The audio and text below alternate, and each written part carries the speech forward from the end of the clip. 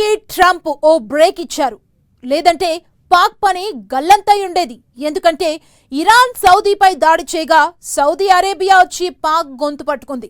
మాతో రక్షణ ఒప్పందం ఉంది కాబట్టి ఇరాన్పై దాడి చేయంటూ పాకిస్తాన్కి హుకుం జారీ చేసింది.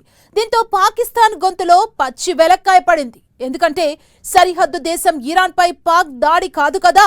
ఆ ఆలోచన చేసినా సరే ఇరాన్ పాక్ పని పట్టుండేది. ఇలాంటి సీరియస్ సిచ్యువేషన్లో ట్రంప్ అసలు యుద్ధానికే ఓ 5 రోజులు బ్రేక్ ఇవ్వటంతో పాక్ రిలీఫ్ గా ఫీల్ అవుతోంది. 5 days పాజ్. ఇరాన్ పై దాడులకు అమెరికా బ్రేక్. గల్ఫ్ వార్లో బయటపడిన పాక్ అసమర్థత. సౌదీకి పాక్ హ్యాండ్. ఇరాన్ పై అమెరికా ఇజ్రాయెల్ ఉమ్మడిగా ప్రారంభించిన యుద్ధం గల్ఫ్ దేశాలకు ప్రాణ సంకటంగా మారింది. 24 రోజుల పాటు సాగిన యుద్ధానికి అమెరికా అధ్యక్షుడు ట్రంప్ తాత్కాలికంగా ఓ 5 రోజుల పాటు బ్రేక్ ప్రకటించినా అమెరికాపై ప్రతీకారం తీర్చుకునే క్రమంలో ఆ దేశంతో అంటకాగుతున్న సౌదీ అరేబియా, యుఏఈ వంటి గల్ఫ్ దేశాలకు ఇరాన్ చుక్కలు చూపించింది. ఈ క్రమంలో గల్ఫ్ దేశాల పరిస్థితి అడకత్తెరలో పోకచక్కలా మారింది. ఇరాన్ ఓ దశలో సౌదీలోని వాటర్ ప్లాంట్ పైన దాడికి ప్లాన్ చేసింది. దీంతో మంచినీటి కోసం డీసాలినేషన్ పైన ఆధారపడిన సౌదీ అరేబియా పెచ్చ టెన్షన్ పడింది. ఈ నేపథ్యంలో గతేడాది తమతో రక్షణ ఒప్పందం చేసుకున్న పాకిస్తాన్పై సౌదీ అరేబియా ఒత్తిడి పెంచింది. ఇరాన్పై దాడులకు దిగాలని పాకిస్తాన్ను కోరింది. ఇప్పుడు తాత్కాలిక విరామం పూర్తి విరామంగా మారితే ఓకే, కానీ లేదంటే పాక్ పని ఎత్తడైపోయేది.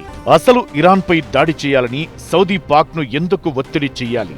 ఈ ప్రశ్న ఇక్కడ సహజంగానే ఉత్పన్నం కాక తప్పదు.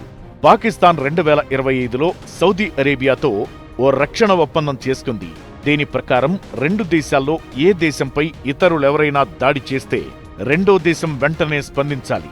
సెప్టెంబర్ 17, 2025న రియాద్లో సౌదీ ప్రిన్స్, పాక్ ప్రధాని మధ్య ఇందుకు సంబంధించిన సంతకాలు జరిగాయి. ఇప్పుడు దాన్నే సౌదీ గుర్తు చేసింది. కెనడా ద్వారా పాక్కి సందేశం పంపింది. మా దేశంపై ఇరాన్ దాడి చేసింది కాబట్టి పాక్ జోక్యం చేసుకుని ఇరాన్పై దాడి చెయ్యాలని కోరింది. దీంతో పాక్ పని ఎత్తడి మోకుడులో మెత్తటి పకోడీలా మారింది. అయితే దాన్నుంచి అమెరికా ఇచ్చిన తాత్కాలిక బ్రేక్ కాస్త రిలీఫ్ ఇచ్చింది.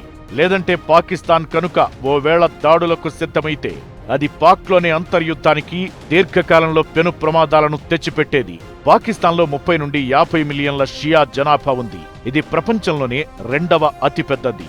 ఇరాన్పై దాడి చేస్తే ఇది దేశంలో షియా సున్నీల మధ్య తీవ్ర అశాంతికి దారి తీసేది.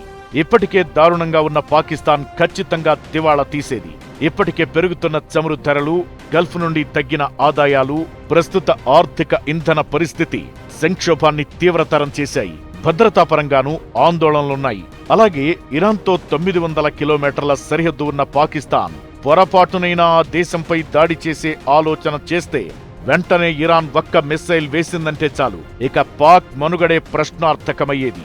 అయితే ఈ గండం నుంచి పాక్కి ట్రంప్ ఇచ్చిన 5 రోజుల బ్రేక్ కాస్త తెరిపిన పడేసేది. అయినా ఓవేళ తిరిగి యుద్ధం ప్రారంభమైతే మాత్రం పాక్ పని ముందు గొయ్యి వెనక నుయ్యే అని చెప్పాలి.